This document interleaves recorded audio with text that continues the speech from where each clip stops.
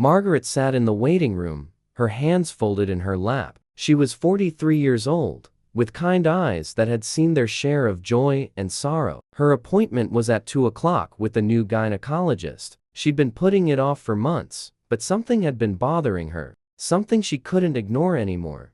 The nurse called her name. Margaret followed her down the hallway, the fluorescent lights humming softly overhead. When she entered the examination room, she looked up and felt her breath catch. The doctor stood there in his white coat, his face professional and composed. Dr. Marcus Webb, her husband. For a moment, neither of them spoke. Marcus's eyes widened slightly, then narrowed. His jaw tightened. "Mrs. Patterson," he said slowly, his voice careful and measured. "I see from your chart you're a new patient." Margaret's heart was pounding, but she kept her voice steady. "Yes, I needed to see someone. My regular doctor retired." Marcus set down his clipboard. The room felt smaller suddenly, quieter. "Who treated you before?" he asked, though something in his tone suggested he already knew the answer. Would matter. Margaret met his eyes. There was no avoiding it now. "My husband," she said simply. "He's a gynecologist too."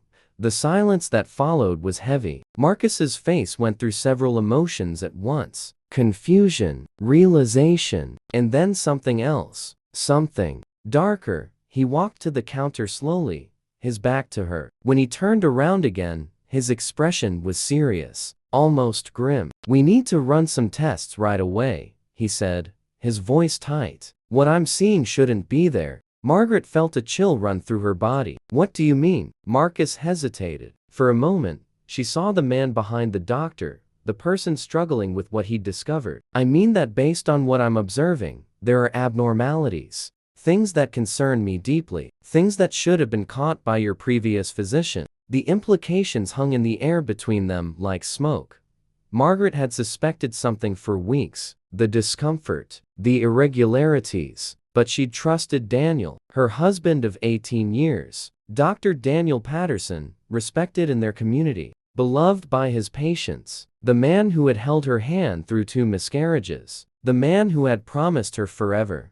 "How long?" she asked quietly. "How long have these issues been developing?" Marcus looked at her with something like compassion mixed with professional duty. "Based on what I'm seeing, I'd estimate at least a year, maybe longer." Year. Margaret thought back. A year ago, Daniel had started coming home late. A year ago, he'd begun taking calls in the other room. A year ago, he'd stopped looking at her the way he used to. And all that time, he'd been her doctor. He'd been examining her, treating her, or pretending to. "What happens now?" Margaret asked, her voice barely above a whisper. Marcus moved carefully, his movements deliberate. "Now, we do things properly. We run the tests we should have run. We get you the care you deserve. And we document everything." There was an edge to that last word. Documentation. Evidence. Margaret nodded slowly. "Thank you," she said. And she meant it. This stranger, this other doctor, was giving her something Daniel had stolen. The truth.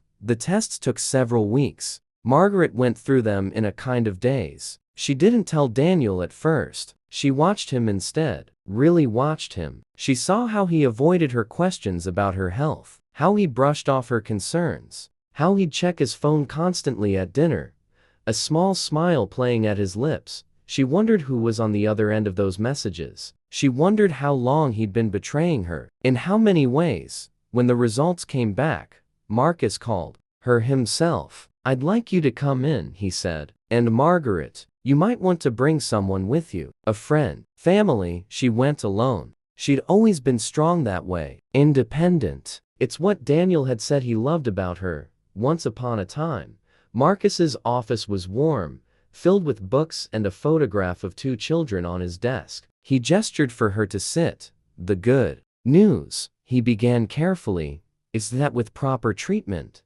everything is manageable, treatable. But Margaret, there's no question that your previous care was not just inadequate, it was negligent." The word hung between them. Negligent. He knew, Margaret said. It wasn't a question. Marcus's silence was answer enough.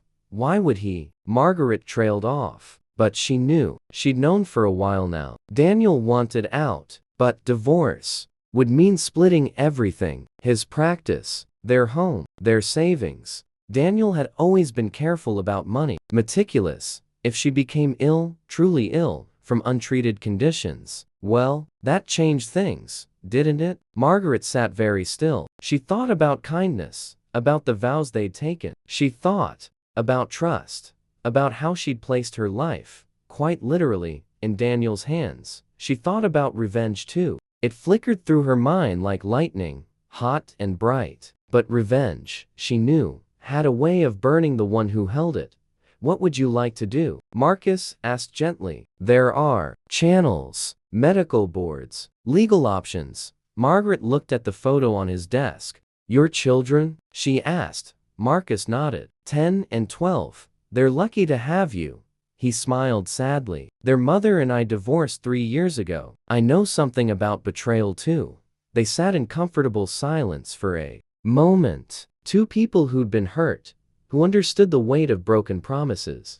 I need to think, Margaret finally said. She drove home slowly, taking the long way. She thought about love, real love, the kind that protects instead of harms. She thought about Daniel, about the man she'd married, and wondered when he'd become someone she didn't recognize. When she got home, Daniel was in his study. She stood in the doorway, watching him. He looked up, smiled that distant smile he'd perfected. How was your day? He asked, revealing. Margaret said quietly. Something flickered in his eyes. Fear, maybe, or guilt. She could destroy him. She had the evidence now, the documentation. She could take everything, ruin his reputation, his practice, his life. But Margaret had learned something in all this. She'd learned that the opposite of love wasn't hate, it was indifference. And she'd learned that sometimes the strongest revenge was simply walking away with your dignity intact.